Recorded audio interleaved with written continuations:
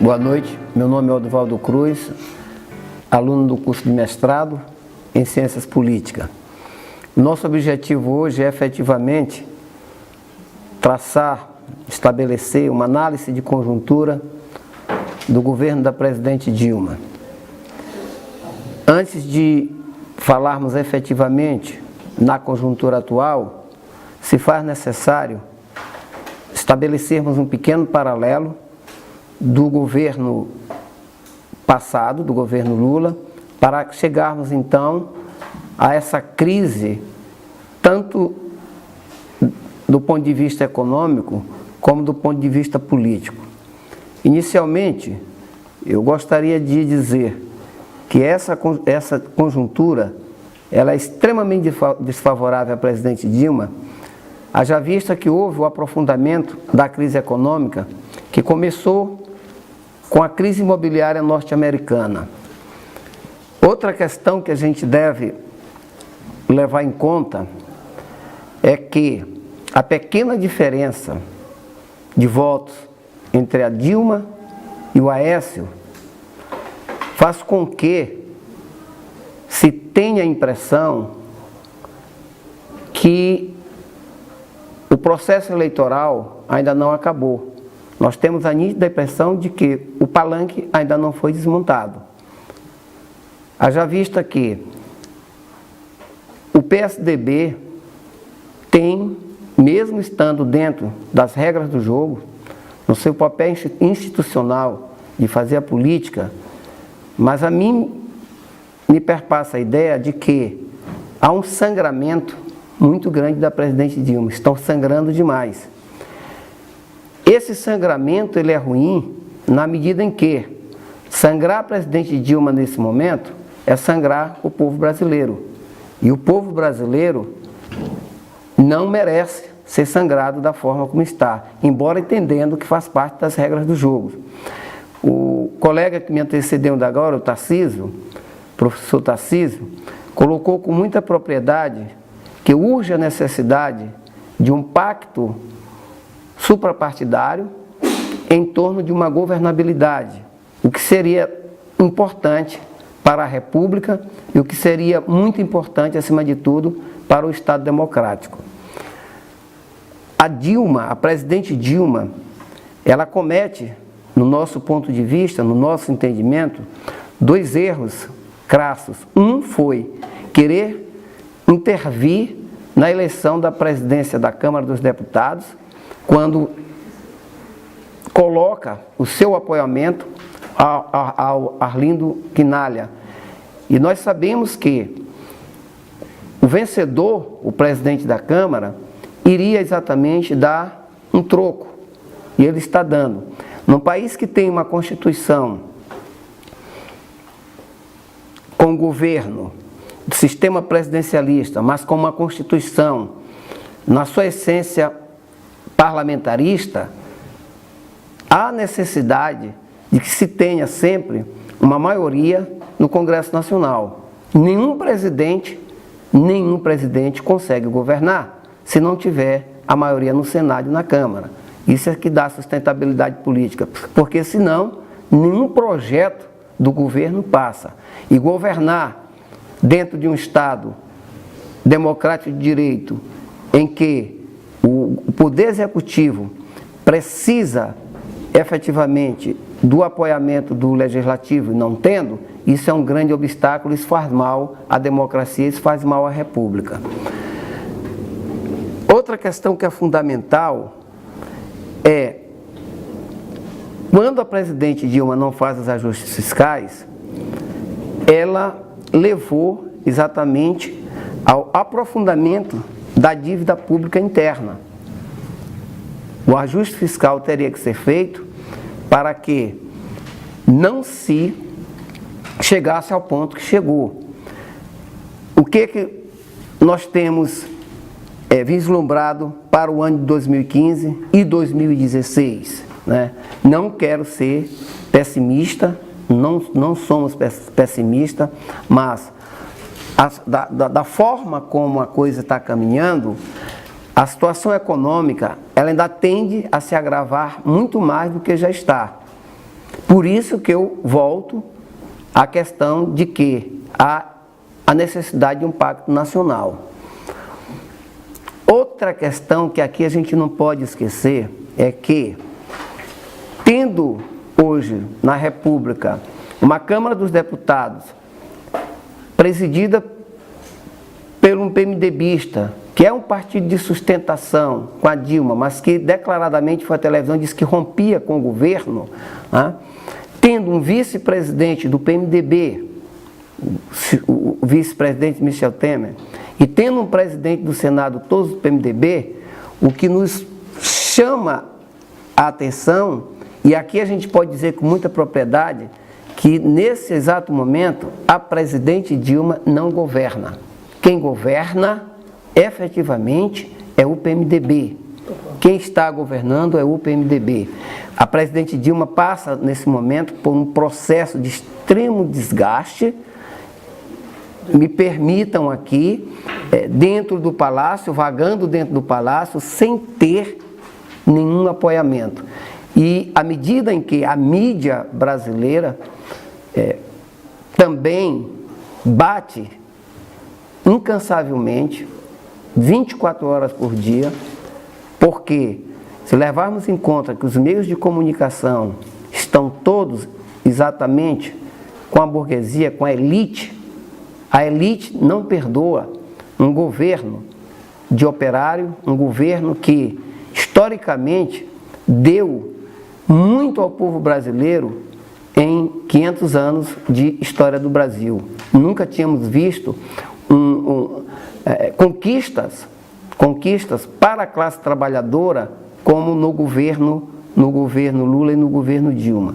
Então, esse é um preço que se paga exatamente em face de ter um olhar para os mais humildes, para os mais necessitados, para aqueles que realmente mais precisam e para quem se tem a responsabilidade histórica de governar. Eu fico por aqui e agradeço a atenção de todos. É com relação à agricultura. E aí a fonte é a Voz do Brasil, do dia 27 de julho de 2015, em que uma das falas mostra que 31 mil postos de trabalho na agricultura foram sendo criados nesse primeiro semestre de 2015. Isso significa 4,7% de aumento só nesse primeiro semestre do ano. Então, isso significa que, nesse setor da agricultura, as políticas públicas têm dado resultado. Tanto é que em uma das falas mostra que grande parte da safra de soja de 2015 e de 2016, inclusive, já está vendida, o que mostra que nesse setor da agricultura tem sido feita uma política pública bem feita e que tem dado garantia ao setor de poder investir. Vou estar falando um pouquinho sobre a questão da política externa da Dilma Rousseff e a construção na continuidade.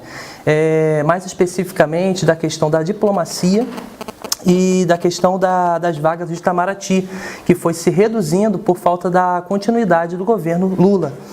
E a perspectiva está dentro da conjuntura atual, na perspectiva de que o governo da Dilma Rousseff não teve uma continuidade no trabalho de diplomacia em outros países, como aqui no Brasil, foi feito pelo Lula e teve um desdobramento muito grande.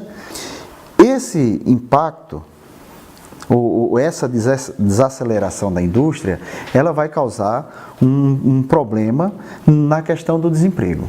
Que desemprego? O desemprego urbano. Nós temos hoje 80% da população, em torno de 80% da população brasileira morando na cidade, então isso é um efeito negativo na relação de emprego. Outro aspecto em relação à indústria é o seguinte, que a nossa indústria brasileira ela é dependente de tecnologia externa, então isso faz com que o país necessite importar novas máquinas mais modernas. Então, eu acho que é aí onde está o cerne da questão, que é justamente o Brasil começar a investir mais em ciência e tecnologia, desenvolver tecnologia para que a nossa indústria não fique tão dependente de equipamento do exterior e, com isso, gaste parte das suas reservas na importação desses materiais. O Brasil tem dado um passo importante, que foi a criação do Ciências Sem Fronteira, mas é pequeno ainda pela dimensão que é a economia brasileira. Sala de aula aqui no curso de pós-graduação e vamos fazer aqui uma apresentação, né, sobre uma análise política conjuntural, né, do atual governo da nossa presidenta Dilma Rousseff. Para a gente fazer, né, essa análise conjuntural, a gente vai retornar um pouco na história, porque a crise atual pela que passa o Brasil, ela tem origem lá na crise, né, mundial em que se viveu, em que o planeta viveu, né, a partir de 1988. A gente sabe que toda crise econômica, ela faz parte do DNA do capitalismo, né, que passa por ciclos de expansão, de crescimento, né, e de contração, de recessão da atividade econômica, né? O Brasil, ele passou, né, na década do ano 2000, né, por um período assim de expansão que durou essencialmente de 2004 a 2013, 10 anos, né? Foi assim o mais longo período de crescimento econômico que o país viveu desde a crise da dívida externa de 81 e de 82, né? Nesta época de crescimento econômico que ocorreu no Brasil, tivemos apenas uma pequena interrupção, que foi no finalzinho de 2008 e início de 2009, né, que foi fruto da paralisação da economia, já foi um reflexo, né, da paralisação da economia mundial, principalmente, né, em decorrência da falência do setor financeiro dos Estados Unidos em 2008 e da União Europeia em 2009, né? Automaticamente a produção também cai, porque não existe como podemos dizer assim, o investimento externo por conta do medo, não é, da situação que o nosso país hoje atravessa. Todos nós acreditamos, como brasileiro, que essas coisas vão mudar.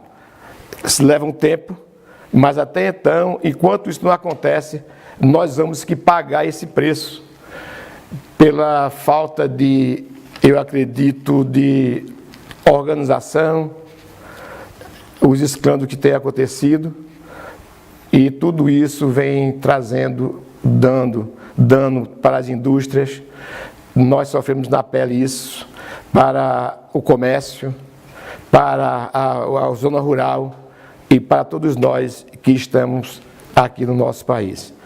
Mas vamos acreditar que haja uma reviravolta na economia brasileira, que haja investimento, tanto interno como externo. Quando nós tivermos confiança, de uma forma confiabilidade, com certeza nós vamos ter investimentos externos para o nosso país, e assim nós vamos controlar tanto a dívida interna bruta como o déficit externo. Principalmente nesse primeiro semestre do mandato da nossa presidenta Dilma, não é nada em particular contra ela, mas a gente tem que ter alguns dados para nós trabalharmos e ajudarmos assim o nosso país a se desenvolver melhor. Primeiro foi o aumento das tarifas de energia, telefonia, água, combustível, transporte. Esses produtos e serviços têm aumentado muito, prejudicando a população de um modo geral. A elevação da inflação, que segundo o FMI provavelmente ficará esse ano em torno de 8%. O aumento de juros sob a justificativa de combater a inflação, que segundo o Copom, o Banco Central, já está em 13,75%. O aumento de tributos para os consumidores e trabalhadores, o ajuste fiscal, com corte de gastos e direitos sociais e de investimento para destinar recursos para os juros, para pagamento de juros e, sobretudo, também a continuidade da privatização de algumas entidades públicas, como a Caixa Econômica Federal, segundo o discurso de sua nova presidente, em fevereiro desse ano, a Miriam Belchor, sinalizado pela presidente Dilma, que irão privatizar através de venda de ações na Bolsa de Valores, o que já está ocorrendo.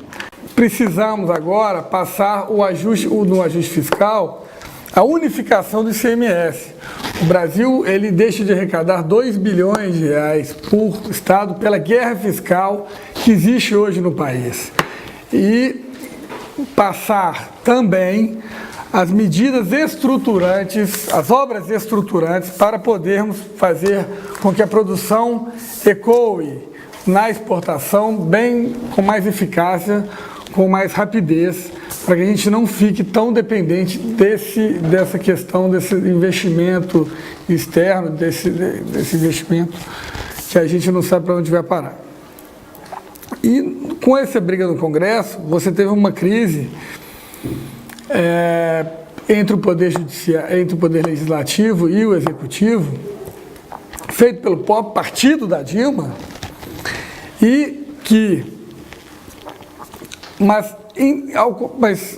paralelo a isso, você tem no país umas instituições democráticas fortalecidas, você tem a população ficando cada dia mais politizados, indo para a rua, pedindo uma resposta do governo a respeito de uma solução, a respeito das soluções para a crise econômica. Eu vou estar lendo aqui um parágrafo falando a respeito da situação atual do Brasil.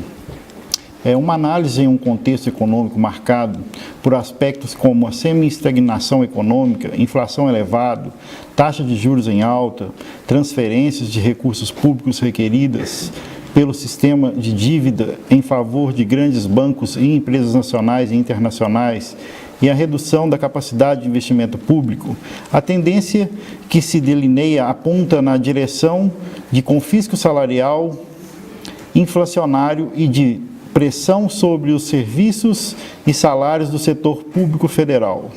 Que contribuíram para o aumento do descrédito da nossa presidente, senhora Dilma, e tive como referência aqui especialmente o portal UAI, um site de grande utilidade em Minas Gerais, e nós percebemos aqui que logo depois do mandato da senhora presidente, em no máximo 2 semanas, ela havia conseguido desagradar a todos. Foi decepcionante o choque nas escolhas da maioria das pessoas, mas esse é o ônus da democracia.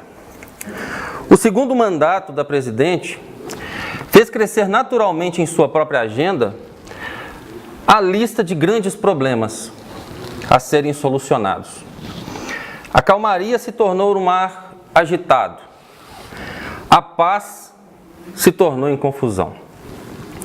O aumento de impostos, combustíveis, crise da Petrobras, perda da confiança do empresário, a perda da credibilidade dos programas sociais, fez com que os seus problemas tivessem grande aumento.